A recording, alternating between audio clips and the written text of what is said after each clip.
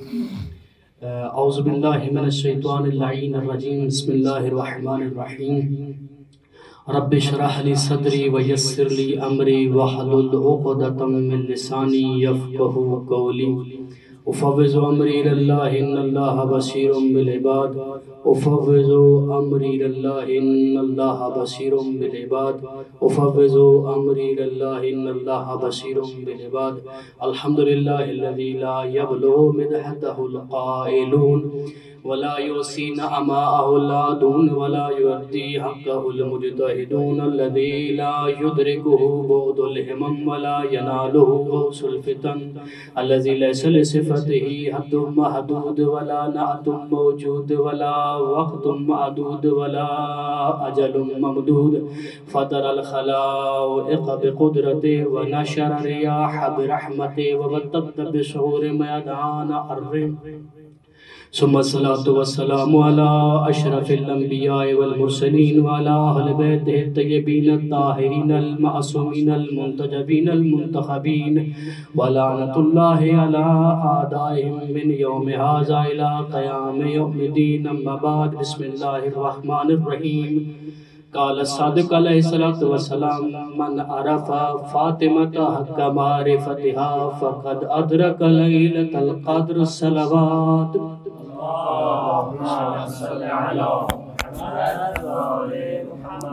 آج فرج ہم خداوند متعال آپ کا یہاں پر چل کر آنا اپنی بارگاہ اقدس میں قبول حضور فرمائے، اور جیسے کہ تمام بزرگان ایام تحصیل بھی ہیں اور ایام تحصیل اپنی جگہ پر ایام امتحان بھی ہیں، اور میں اپنے ایک انداز میں پڑھنے کا عادی ہوں، لیکن مجھے آج سفارش ہوئی ہے کہ کم پڑھا کریں آپ، تو دعا کریں میں اس جو وقت میں نے اپنے ذہن میں رکھا ہے اس حصار پر قائم رہ سکوں، اس حصار سے باہر جو ایک صلوات پڑھ لیں محمد و آل محمد کی ذات پر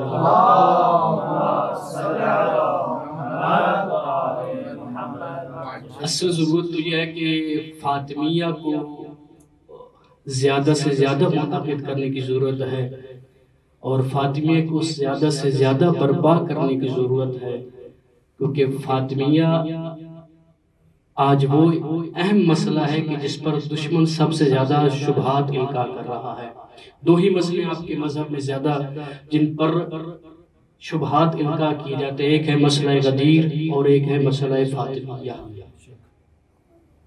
حق تو یہ تھا کہ 13 جمادی الاول سے لے کر 3 جمادی الثانی تک ہم مسلسل مجالس عزائے فاطمیہ منعقد کرتے، اور یقیناً آپ چونکہ طلاب ہیں اور یقیناً ضروری ہے کہ مجلس عزا کا تعلق اسی عزا خانے سے ہو کہ آپ اس دفتر کے عزا خانے میں تشریف لائیں اور یہاں پر کوئی پڑھنے والا ممبر پر بیٹھ کر پڑھے۔ یقیناً آپ لوگ مجھ سے بہتر معرفت رکھنے والے ہیں اور کمال درجے کی معرفت رکھنے والے ہیں، چلتے پھرتے بھی اپنی خوابگاہوں میں بھی اپنے مباحثات میں بھی کسی بی بی کے ایک فرمان کو سامنے رکھ کر آپ اس پر بحث بھی کر سکتے، اور یہ مجلس فاطمیہ ہو سکتی ہے۔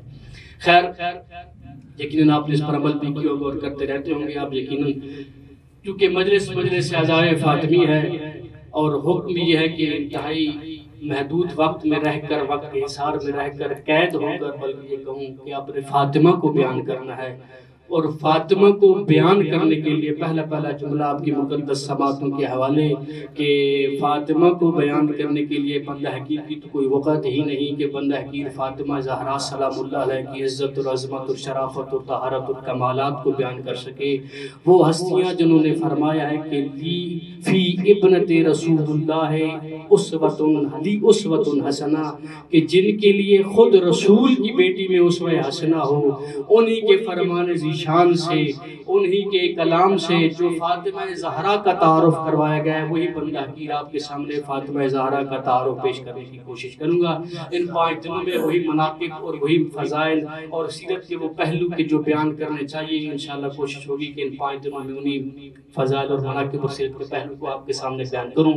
پہلی مجلس اور پہلا فرمان ذیشان، اور وہ بھی فرمان کی جو لسان اللہ ناطق مفسر قرآن حلال مشکلات جناب امام صادق علیہ السلام ارشاد فرماتے ہیں، صلوات پڑھیں جناب امام صادق علیہ السلام۔ کہ من عرف فاطمۃ حق معرفتہا فقد ادرک لیلۃ القدر. کتنا عظیم فرمان اور کتنا عظیم بیان. اور کیوں نہ ہو کلام کرنے والے وہی ہیں جن کا کلام اپنا کلام ہوتا ہی نہیں بلکہ کلام وہی ہوتا ہے. کلامکم نور، جن کا کلام نور ہوتا ہے، جو بولتے ہی نہیں مگر وہی بولتے ہیں، جو ارادہ الہی اور مشیت الہی ہوتا ہے. اور اب جناب صادق علیہ السلام اپنی دادی کی تعارف کروا رہے ہیں، اپنی دادی کا، کہ من عرف فاطمۃ حق معرفتہا فقد ادرک لیلۃ القدر، کہ جس شخص نے بھی فاطمہ کی حق معرفت حاصل کر لیا گویا اس نے شب قدر کو ادراک کر لیا. اور یہ آپ مجھ سے بہتر جاننے والے ہیں کہ کلام کرنے والے عام شخصیت نہیں جو فرماتے ہیں کہ نانو امراء الکلام، ہم کلاموں کے امیر ہیں، جن کا کلام کلاموں کا امام ہوتا ہے. وہ فرما رہے ہیں کہ ہماری دادی اماں کی معرفت، ہماری جدہ فاطمہ کی معرفت کما حق جس نے حاصل کر لی گویا اس نے شب قدر کو حاصل کر لیا. اور یہاں پر جناب توجہ طلب بات ہے، تحقیق طلب بات ہے، تدبر کرنے والی بات ہے کہ جناب فاطمہ زہرا سلام اللہ علیہا کو تشبیہ دیا گیا ہے لیلۃ القدر کے ساتھ. اور کلام کرنے والی بھی عام شخصیت نہیں ہے، اور آپ سارے معنی و بیان کے ماہر طلاب یہاں پہ بیٹھے ہیں کہ جب کسی چیز کو کسی چیز کے ساتھ تشبیہ کی جاتی ہے، اور روزانہ تو آپ پڑھتے ہیں زید ان کا لسد، زید اسد کی مانند ہے، یعنی کیا زید شیر کی طرح ہے، اس کی شجاعت اتنی ہے کہ زید اسد ہے، وہ اسد ہے. تو یہاں پر تشبیہ دی جا رہی ہو وہاں پر تین چیزوں کا ہونا ضروری ہے، ایک مشبہ، ایک مشبہ بہ اور ایک وجہ شباہت. تین چیزوں کا ہونا ضروری ہے. اب یہاں پر جناب فاطمہ کو لیلۃ القدر کے ساتھ تشبیہ دی جا رہی ہے. ذرا غور کیجئے گا، تتبع کیجئے گا، تفکر کیجئے گا کہ مولا نے یہ تشبیہ کیوں دی ہے. اور خود لیلۃ القدر کے بارے میں آپ دیکھیں کہ آج تک کسی کو لیلۃ القدر کے بارے میں معلوم ہی نہ ہو سکا کہ لیلۃ القدر کون سی رات ہے. آج تک کوئی بھی نہیں کہہ سکتا کہ میں نے لیلۃ القدر کا ادراک کر لیا ہے، بلکہ حقیقی رات ہی معلوم نہیں ہے بندے کو ادراک کہاں سے ہوگا. اور یہ بات بھی آپ دیکھیں گے کہ ایسا نہیں ہے کہ کسی راوی نے سوال نہ کیا ہو. اور شب قدر کا تصور پیغمبر کے زمانے سے چلا آ رہا ہے، اور پیغمبر کے بعد 11 شخصیتیں گزری، 11 امام گزرے. آپ کیا سمجھتے ہیں کہ کسی راوی نے سوال نہ کیا ہوگا کہ مولا آپ تو علم اللہ رکھتے ہیں، آپ تو ڈائریکٹ اللہ سے لینے والے لوگ ہیں، آپ تو بلا واسطہ خدا کے ساتھ متصل اور منسلک ہیں، بتا دیجئے کہ کون سی رات لیلۃ القدر کی رات ہے؟ آیا 19ویں کی رات ہے، 21ویں کی رات ہے، 23ویں کی رات ہے، یا تھوڑا آگے بڑھے تو اہل سنت حضرات 27ویں کی رات کو لیلۃ القدر کے عنوان سے مناتے ہیں. ان تین راتوں میں سے کون سی رات ہے؟ آپ علم الہی کے مالک ہیں، علم اللہ آپ کے پاس ہے، تو بیان کر دیجئے. اب تو آج سے تو چیز خالی نہیں ہے. جواب اس کا کہ یا تو وہ جانتے نہیں نعوذ باللہ، یا جانتے ہیں لیکن ارادہ یہ ہے کہ بتانا نہیں ہے. پہلی تفسیر کو قبول ہی نہیں کرے گا ہمارے مذہب میں کہ وہ جانتے نہیں ہیں. دوسری بات وہ سب قبول کرنے کے لیے تیار ہے کہ وہ جانتے ہیں لیکن بتانا نہیں ہے. کیوں بتانا نہیں ہے؟ آخر وجہ کیا ہے اس میں؟ ایک راوی نے کہا کہ مولا بتا دیجئے تاکہ ہم بڑے اہتمام کے ساتھ، بڑے انتظام کے ساتھ اس لیلۃ القدر کو درک کر سکے اور اس کے اعمال انجام دے سکے. آیا یہ 19ویں کو ہے، 21ویں کو ہے، یہ 23ویں کو ہے. تو مولا نے فرمایا کیا یہ مناسب نہیں کہ تینوں رات آپ اعمال انجام دیا کریں؟ فضیلتیں ملتی ہیں کہ 19 کی رات کو بھی فضیلت ہے، پھر سے زیادہ بڑھ کر 21 کی رات کو فضیلت ہے، پھر سے بڑھ کر 23ویں کی رات کو فضیلت ہے. یہ روایات ملتی ہیں، لیکن مشخص کسی نے بھی نہیں کیا کہ کون سی رات لیلۃ القدر والی رات ہے. اور فرماتے ہیں میرے مولا صادق کیا فرماتے ہیں کہ جس نے فاطمہ کی معرفت حاصل کر دی اس نے لیلۃ القدر کو پا لیا. تو یہاں سے یہ بات بھی سمجھنے کی ضرورت ہے کہ لیلۃ القدر فقط شب بیداری کافی نہیں ہے.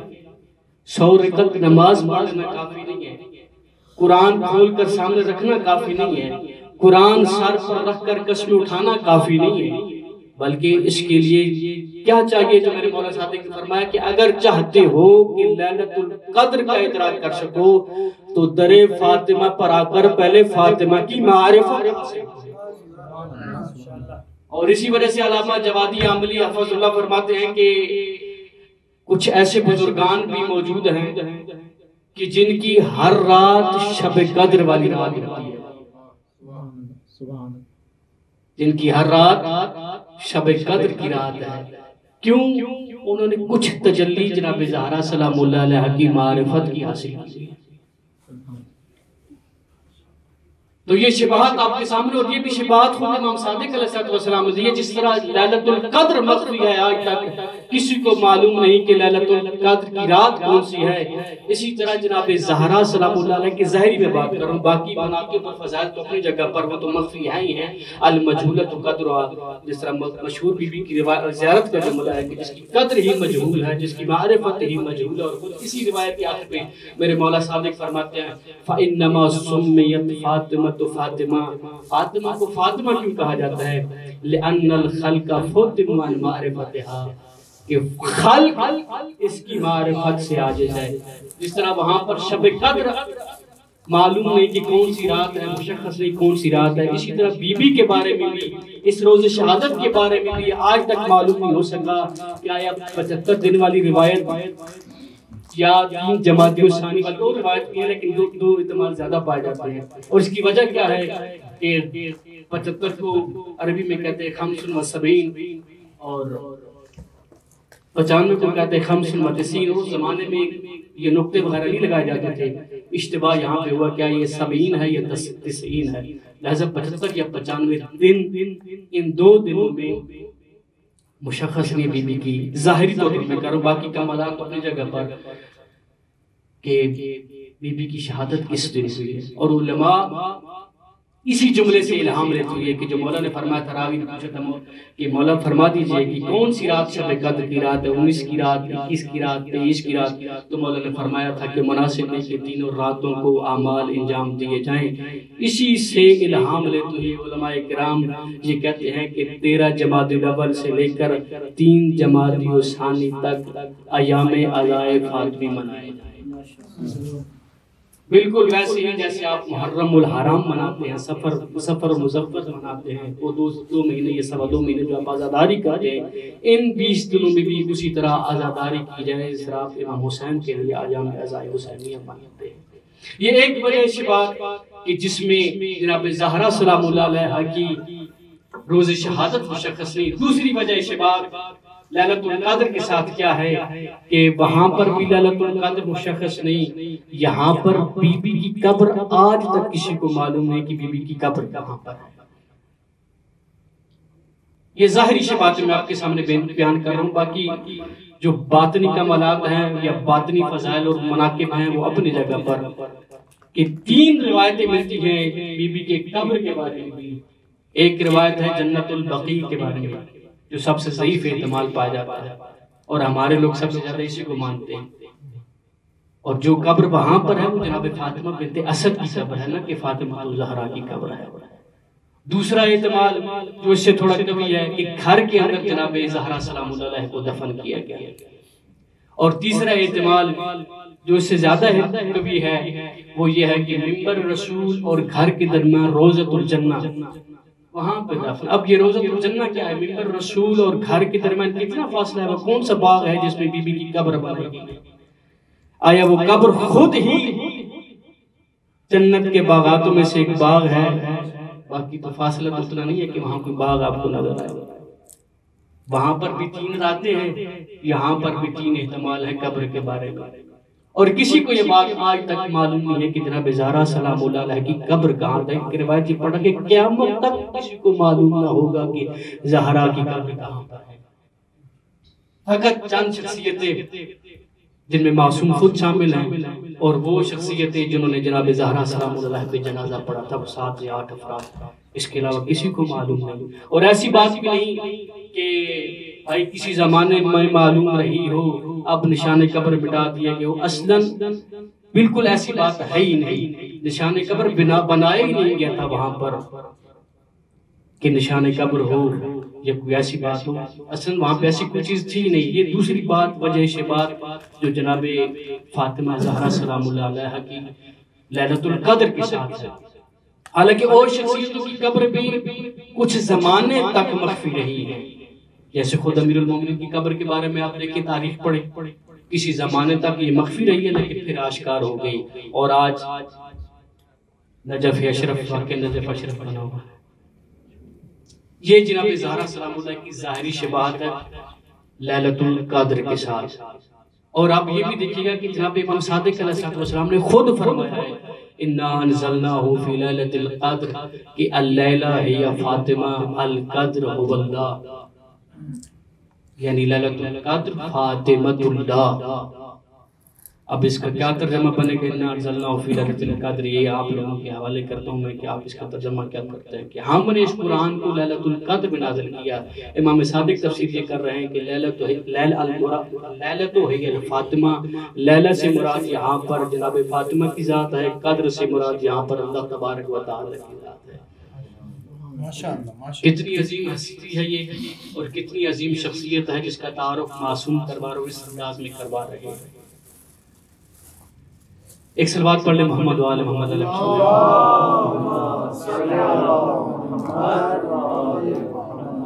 خود لفظ فاطمہ، خود لفظ فاطمہ اسم اعظم ہے۔ ایک آیت اللہ نے یہ بیان دیا ایام فاطمیہ میں کہ جس طرح جبرائیل آیات قرآنی لے کر نازل ہوتے تھے، فاطمہ کے اسماء مبارکہ بھی اسی طرح جبرائیل اللہ سے لے کر پیغمبر پر نازل ہوتے تھے۔ لہٰذا جناب فاطمہ کا نام وحی الہی ہے۔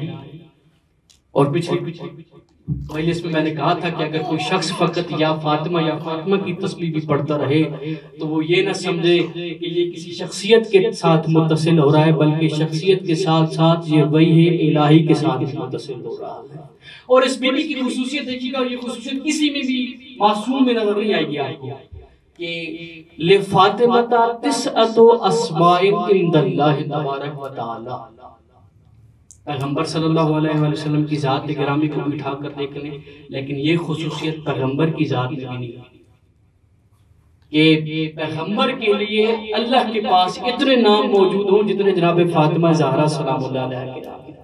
9 نام جناب زہرا سلام اللہ علیہ کے امام صادق علیہ السلام نے بیان فرمایا ہے کہ اللہ تبارک و تعالی کی ذات کے پاس 9 نام ہیں جناب زہرا سلام اللہ علیہ، فاطمہ، صدیقہ، زکیہ، طاہرہ، راضیہ، مرضیہ، محدثہ، زہرا۔ ماشاءاللہ ماشاءاللہ۔ اور ہر ایک نام اپنے اندر خصوصیت رکھتا ہے، کمال رکھتا ہے، اور سب سے عظیم نام ان ناموں میں سے جناب فاطمہ کا یہی فاطمہ ہے۔ اس کے بارے میں، اور یہ فاطمہ کہاں سے نکلا ہے، تھوڑی سی چونکہ ادبیات کے ماہر میرے سامنے بیٹھے تو ایسی ادبی پاس بھی کر لیں کہ کہاں سے یہ لفظ مشتق ہوا۔ اور یہ جو بیان آپ کے سامنے پیش کرنے جا رہا ہوں یہ کسی ادیب نحوی کا بیان نہیں ہے، بلکہ خود معصوم نے فرمایا ہے کہ فاطمہ مشتق ہوئی ہے 2 مادوں سے۔ لفظ فاطمہ مشتق ہوا ہے 2 مادوں سے، فطرہ و فاطمہ، فطرہ و فاطمہ۔ اور فطرہ کا معنی کیا ہے؟ ابتدا، انشاء، شقہ۔ اور فاطمہ کا معنی کیا ہے؟ فصلہ، قطع، جدا کرنا، دور کرنا، فاصلہ پیدا کرنا۔ اور فاطر خلق کے معنی میں آتا ہے۔ اور صرف کے ماہر میرے سامنے بیٹھے ہیں تو یہاں پر کون سا اشتقاق ہے؟ فاطمہ فاطرہ سے بنا ہو یا فاطمہ سے بنا ہو؟ آپ نے پڑھا ہوگا صرف سادہ میں یا کسی صرف کی کتاب میں اشتقاق کی 3 قسمیں، صغیر، کبیر و اکبر۔ صغیر کیا ہے کہ جب مشتق منہ سے جدا ہوتا ہے یا اس میں وہ اصلی حروف پائے جاتے ہیں اور اصلی حروف بھی ترتیب کے ساتھ پائے جاتے ہوں یا ترتیب کے ساتھ نہ پائے جاتے ہیں۔ اگر ترتیب کے ساتھ مشتق من ہو کے تمام اصلی حروف مشتق میں پائے جا رہے ہوں اسے کہتے ہیں مشتق صغیر، جیسے عالم یعلم، عالم معلوم، علم، جیسے ساری گردانیں 14 سے بنے ہوئے۔ اور مشتق کبیر کیا ہے، اشتقاق کبیر کیا ہے کہ اصلی حروف تو پائے جا رہے ہوں لیکن ان میں ترتیب کو مد نظر نہ رکھا جائے، جیسے حامدہ و مدحہ، تینوں حرف ہیں ہا میم دال، مد میں بھی تینوں حرف ہیں لیکن ترتیب کو مد نظر نہیں رکھا گیا، اسے کہتے ہیں اشتقاق کبیر۔ لیکن فاطمہ می یہ دونوں اشتقاق نہیں ہے۔ تیسرا ہے اشتقاق اکبر کہ جن میں اشتقاق اکبر کیا ہے کہ اصلی حروف میں سے بعض پائے جائیں لیکن مشتق اور مشتق من ہو کے درمیان معنوی طور پر کچھ ایسی سنخیت اور نسبت پائی جائے کہ اس مشتق کے معنی کو مشتق من ہو کے معنی کے ساتھ کی طرف نسبت دی جا سکتی ہو، جیسے حازم و خازم، جیسے یہ لمہ کی باس میں آپ پڑھیں گے نزع و نزف،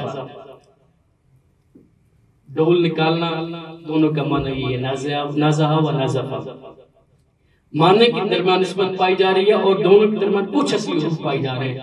یہ فاطمہ کا لفظ جو فاطرہ سے نکلا ہے یا فاطمہ سے نکلا ہے مشتق ہوا ہے، اس میں اشتقاق اکبر پایا جا رہا ہے۔ اور فاطر کے معنی آپ کے سامنے میں نے بیان کیے کہ ابتدا و انشاء، کہ فاطمہ ابتدا کے معنی میں، انشاء خلق کرنے کے معنی میں، پیدا کرنے کے معنی میں ہے۔ اور یہ جملہ میرا جملہ نہیں ہے، آیت اللہ میر جہانی کتاب جنت العاصمہ میں بیان فرماتے ہیں کہ اگر اس معنی میں بھی لیا جائے تو اس کا مطلب یہ ہوگا کہ فاطمہ وہ ذات ہے کہ جس میں اللہ کی صفت فاطریت تجلی فرما رہی ہے۔ ماشاءاللہ ماشاءاللہ، بابا جے بلند صلوات، اللہم صلی علی محمد۔ ایک اور سوال پڑھ لیں، اللہم صلی علی محمد۔ جہاں پر صفت فاطریت جناب زہرا کی ذات میں تجلی فرما رہی ہے، یعنی جناب زہرا سلام اللہ علیہا اللہ کی صفت فاطریت کا مظہر مان کر دنیا کے سامنے آئی۔ اور اگر خالق کے معنی میں لیا جائے، یہ بھی جملہ انہی کا ہے، آپ برداشت کیجئے گا جملہ، کیونکہ بعض دفعہ یہ ہوتا ہے کہ چیز برداشت سے باہر ہوتی ہے تو پھر فتاوے مختلف لگ جاتے ہیں کہ یہ مولانا صاحب نے کیا کہہ دیا یہ جملہ، تو جملہ میں اپنا تو کہہ نہیں رہا کہ میں اپنا جملہ کہوں، جملہ ہے آیت اللہ میر جہانی کا کتاب ہے جنت العاصمہ، انہوں نے ارشاد فرمایا یہ جملہ کہ اگر پہلا جملہ بھی انہی کا تھا، دوسرا جملہ بھی انہی کا، کہ اگر فاطرہ کو بمعنی خالق لیا جائے تو آیا جناب زہرا کے ساتھ یا فاطمہ کے ساتھ اس کو نسبت دینا صحیح ہے یا نہیں ہے؟ یہ سوال اٹھا لوں میں پہلے، پھر اس کے بعد جواب دینے کی کوشش کرتا ہوں، اللہ کرے میں جواب پہنچا دوں اور آپ کی سرزمین قلب پر یہ جواب پہنچ جائے کہ اگر فاطمہ کی طرف اس فاطرہ کے دوسرے معنی کو نسبت دی جائے جو خالق کے معنی میں ہے، یہ صحیح ہے یا نہیں ہے؟ تو وہ فرماتے ہیں کہ اگر اس معنی میں لے لیا جائے فاطرہ بمعنی خالق، اس کو جناب زہرا کے ساتھ نسبت دینے میں بھی کوئی حرج نہیں ہے۔ بر عظمت سیدہ زہرا سلام اللہ علیہا باوز بلند صلوات، طلب بھائی دلیل بھی انہوں نے دی ہے، یہ نہیں صرف کہہ دیا ہے کہ نسبت دینا صحیح ہے، انہوں نے دلیل دی ہے کہ جناب زہرا سلام اللہ علیہا عبودیت کے اس مقام پر فائز ہو چکی تھیں کہ جہاں پر اللہ تعالیٰ کی ذات فرماتی ہے عبدی اطعنی حتی اجعلک مثلی، کہ اے میرے بندے میری اطاعت کر اور اطاعت کر کے اس مقام تک پہنچ جا جہاں پر میں تجھے اپنی مثل قرار دے دوں۔ جناب زہرا سلام اللہ علیہا مقام عبودیت میں اس مقام پر پہنچ چکی تھیں کہ جناب ذات حق نے ان کو اپنی مسل قرار دے دیا. اور پھر جب ہوتا کیا ہے کہ جب اجل کا مسل بن جائے انسان تو پھر اللہ تعالیٰ کی ذات فرماتی ہے کہ جب بھی تو چاہتا ہے کہ اذا قلت لشیء کن فیکون، کہ جب انسان اس مقام تک اور اس کمال تک پہنچ جاتا ہے عبودیت کر کر کے. اور وہ مولانا حسن مصطفیٰ کا جملہ تو آپ کو بہتر انداز میں یاد ہوگا کہ میرے مولا حسن فرماتے ہیں عبودیت کے لیے کہ قد تورما قدماہا، کہ میری اماں جناب زہرا اتنی اللہ کی عبادت کرتی تھی. 18 سال کا سن ہے، جوانی کا عالم ہے، شباب کا عالم ہے، اتنی عبادت کرتی تھی اللہ تبارک و تعالی کی ذات کی کہ پاؤں میں ورم آ جاتا تھا. اتنی عظیم ذات. ایک صلوات پڑھیں محمد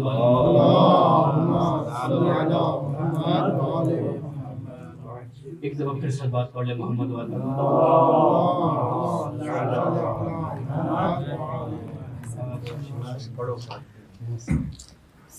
قد تورما قدماہا، کہ بی بی کے پاؤں مبارک، قدم مبارک ورم کر جاتے تھے.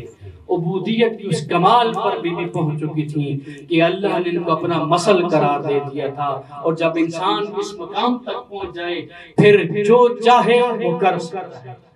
قلت لشیء، جب کسی چیز کے لیے بھی وہ کہتا ہے کن فیکون، وہ ہو جاتی ہے چیز. پھر اس کا ارادہ اپنا ارادہ نہیں ہوتا بلکہ ارادہ الہی بن جاتا ہے. اس کی مشیت اپنی مشیت نہیں ہوتی بلکہ مشیت الہی بن جاتی ہے. اور وہ یہ بھی حدیث قدسی کے لفظ ہیں کہ العبودیت جوہرۃ کنھھا الربوبیہ، یہ عبودیت وہ جوہر ہے جس کی حقیقت ربوبیت ہے.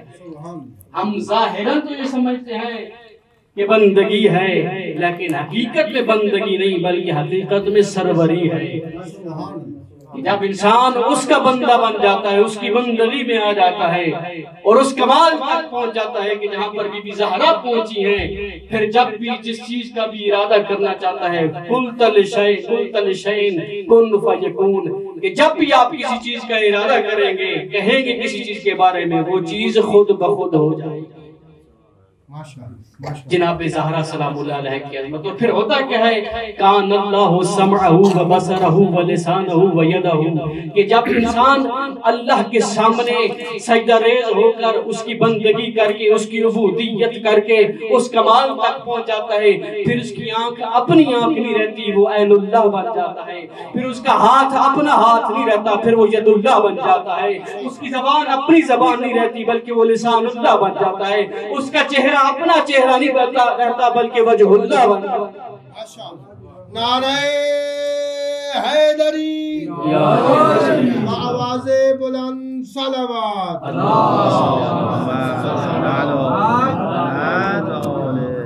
اور بی بی کو اس انداز میں پہچاننے کی ضرورت ہے کہ بی بی انشاءاللہ اللہ مجالس میں بیان کروں گا کہ جو اب ایک جملہ کہہ دوں پھر بھی کہ حدیث کے ساتھ باقاعدگی سے پڑھتے ہوئے انشاءاللہ اس میں جو اللہ تبارک و تعالی کی ذات بزم ملائکہ میں تعارف کروا رہی ہے اس گھرانے کا.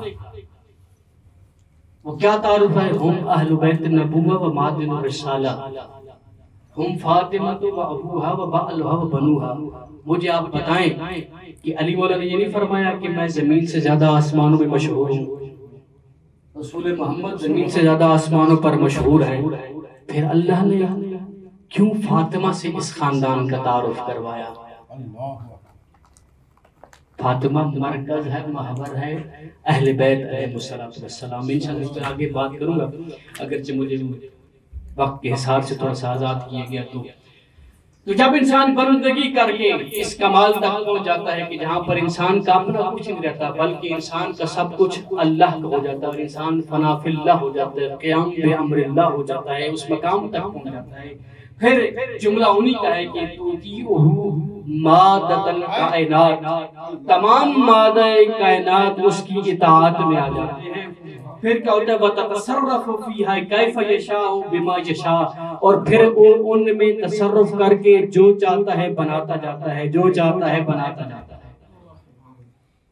اور پھر انہوں نے مثال بھی دی کل حدیدۃ محمد تفعل فعل النار، بالکل ایسے جیسے ایک لوہے کو آگ میں ڈالا جاتا ہے اور آگ میں ڈالنے کے بعد وہ جب لوہا پگھل جاتا ہے اس آگ میں آگ جیسا ہو جاتا ہے، آپ جس انداز میں اس کو موڑنا چاہیں موڑ سکتے ہیں، جو چیز اس کے ساتھ بنانا چاہیں بنا سکتے ہیں۔ فاطمہ زہرا سلام اللہ علیہا بھی بندگی کر کے اس کمال تک پہنچ چکی تھی کہ کائنات ساری کی ساری ان کے اختیار میں تھی، ساری کی ساری ان کے تصرف میں ہے۔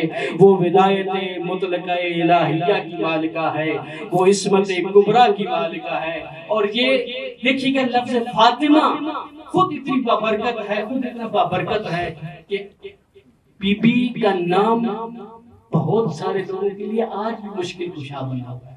ماشاءاللہ۔ یہ ابھی سید سپتین شاہ صاحب آئے تھے، لندن میں رہتے مہمان تھے دفتر کے، انہوں نے بتایا ہمیں کہ میں پرتگال گیا ہوں، وہاں پر ایک فاطمہ سٹی بنایا انہوں نے، عیسائی سارے وہ سارے عیسائی ہیں، اور انہوں نے فاطمہ کے نام پر پورا ایک شہر بنا دیا ہے۔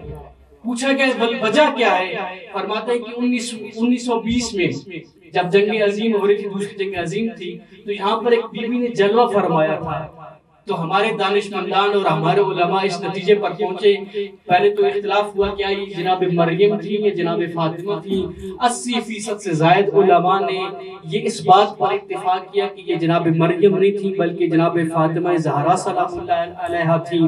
جب ان کا جلوہ دکھایا گیا اور وہ مشکل اس وقت کی حل ہوئی، آج تک وہ زیارت کی جگہ بنا ہوا ہے، اور وہاں پر پورا انہوں نے فاطمہ سٹی بنا دیا۔ آپ جا کے انٹرنیٹ پر سرچ کر لیجیے گا کہ فاطمہ سٹی کے نام سے کیا ہے۔ اور وہ فرما رہے تھے کہ وہ عیسائی آج بھی جو ان کے مسائل لا ینحل ہیں، جو حل ہونے والے مسائل نہیں ہیں، جو کسی جگہ سے حل نہیں ہوتے، جو لا علاج مریض ہوتے ہیں، جن کا کوئی علاج کرنے والا نہیں ہوتا، جن کی کوئی مشکلیں آسان کرنے والا نہیں ہوتا، وہ وہاں پر اس زیارت کے پاس آتے ہیں۔ اور کس انداز میں آتے ہیں؟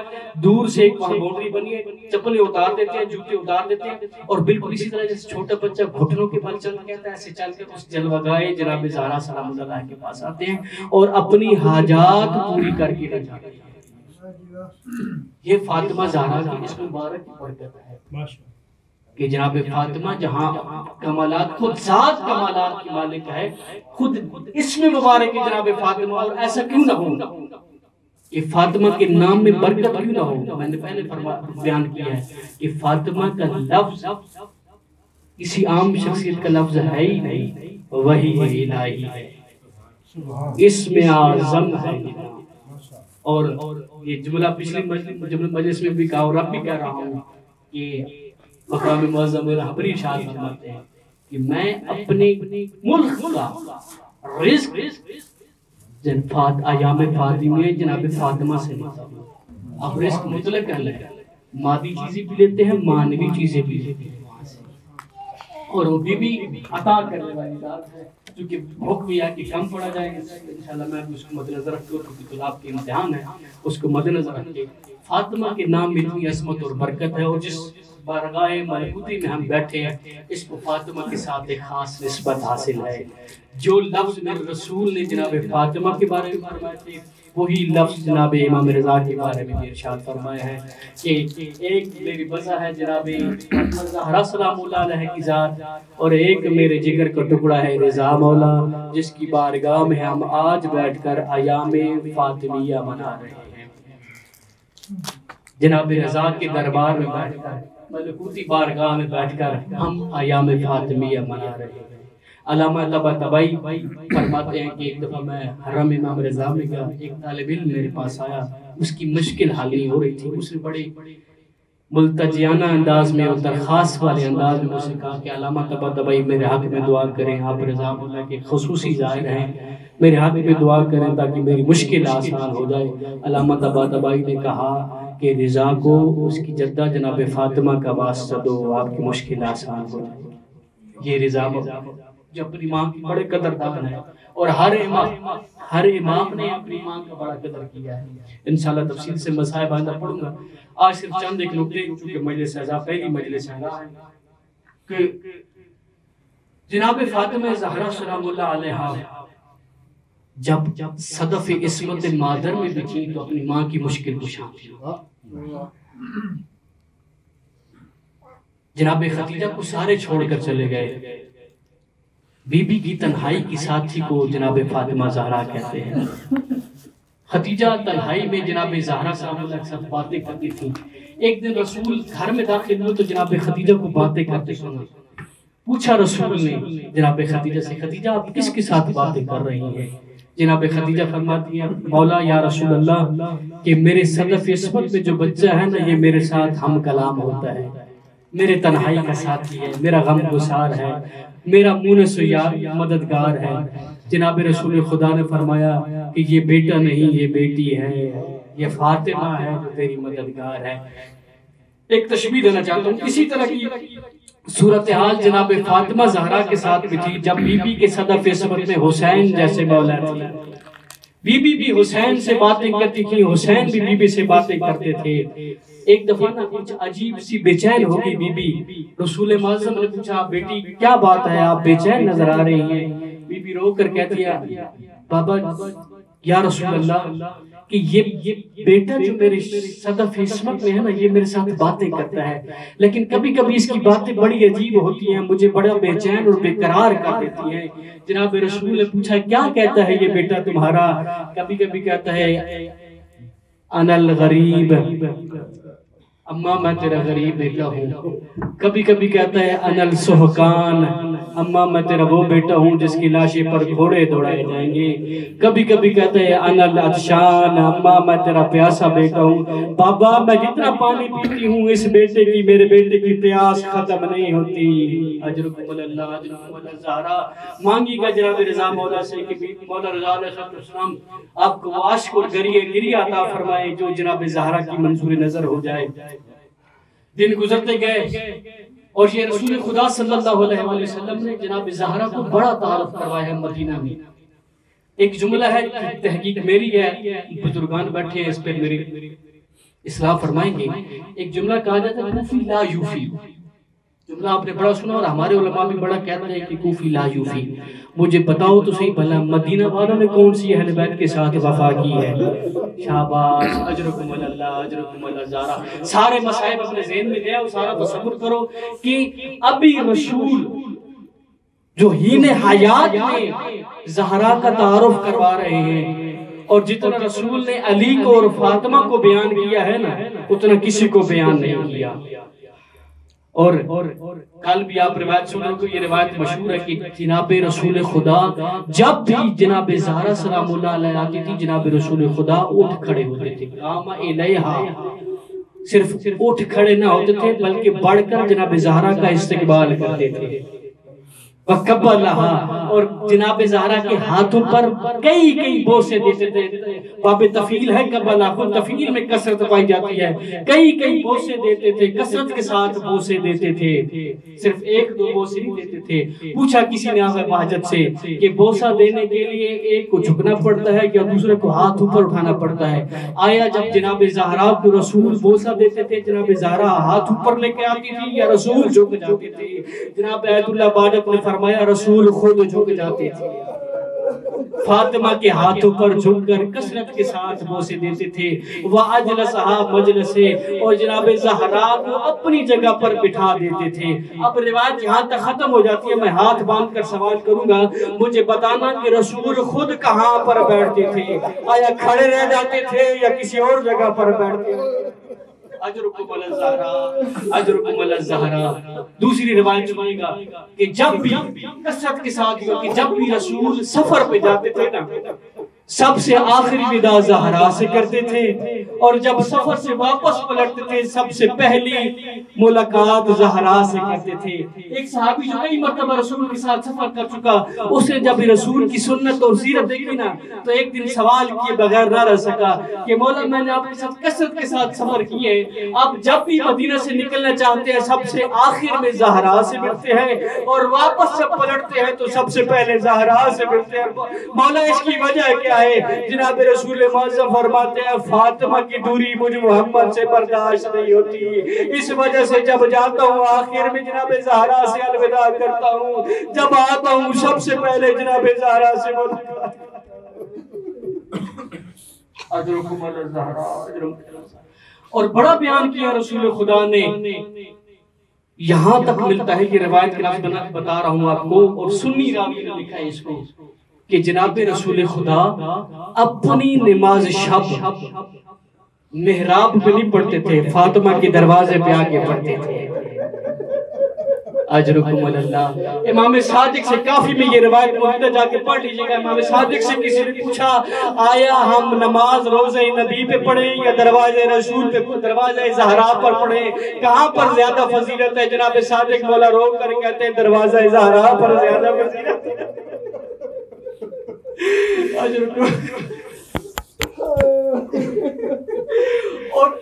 اور اتنی کثرت سے یہ عمل رسول معظم نے دہرایا ہے جناب فاطمہ کے تعارف کا، کوئی اجنبی بھی آ کر دیکھتا ہے جناب رسول خدا کا یہ عمل پہچان جاتا کہ فاطمہ بڑی عظمت کی مالکن ہے اور بڑی عزت والی بی بی ہے، بڑے کمال کی مالکن ہے۔ روایت کی لفظ ہے، یہ بھی سنی راوی نے لکھا ہے کہ 9 مہینے یا 17 مہینے رسول مسلسل 5 وقت کی نماز پڑھنے سے پہلے دروازہ بطول پر آتے تھے، آئے تطہیر کی تلاوت کرتے تھے، نماز پڑھنے کے بعد دوبارہ دروازہ بطول پر آتے تھے، اور اتنی کثرت یہ عمل ملتا ہے۔ کہتے ہیں راوی لکھتا ہے کہ اگر کوئی اجنبی بھی مدینے میں آتا ہے نا، وہ پہچان لیتا یہ فاطمہ بنت پیغمبر ہے۔ اجرکم علی الزہرا، زہرا آپ سے راضی ہوں۔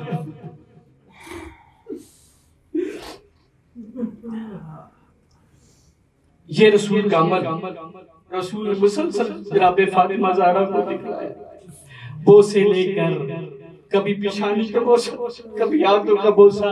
فرماتے ہیں جب بھی مجھے جنت کی خوشبو سونگنی ہو نا، میں فاطمہ کو بوسے دے کر جنت کی خوشبو سونگ لیتا ہوں۔ ہیا ہو راو انسیہ، یہ جنتی حور ہے جو انسانی شکل میں آئی۔ اجرکم علی الزہرا۔ جناب زہرا آپ سے راضی ہوں، امام زمان آپ سے راضی ہوں۔ اتنی مصیبتیں ہیں اس بی بی پر، اور رسول نے خود بی بی کے مصائب پڑھے۔ جب آخری وقت آیا نا رسول کا، وفات کا وقت قریب آیا، رسول معظم نے رونا شروع کیا، اتنا روئے حتی بلغت دموع لحیتہ، جناب رسول کی داڑھی آنسوں سے گیلی ہو گئی۔ پوچھا کہ ما یبکیک، رسول معظم آپ کیوں رو رہے ہیں؟ رسول معظم روتی ہوئی آنکھوں کے ساتھ فرماتے ہیں جو کچھ میری ذریت کے ساتھ ہونے والا ہے میں اسے دیکھ کر رو رہا ہوں۔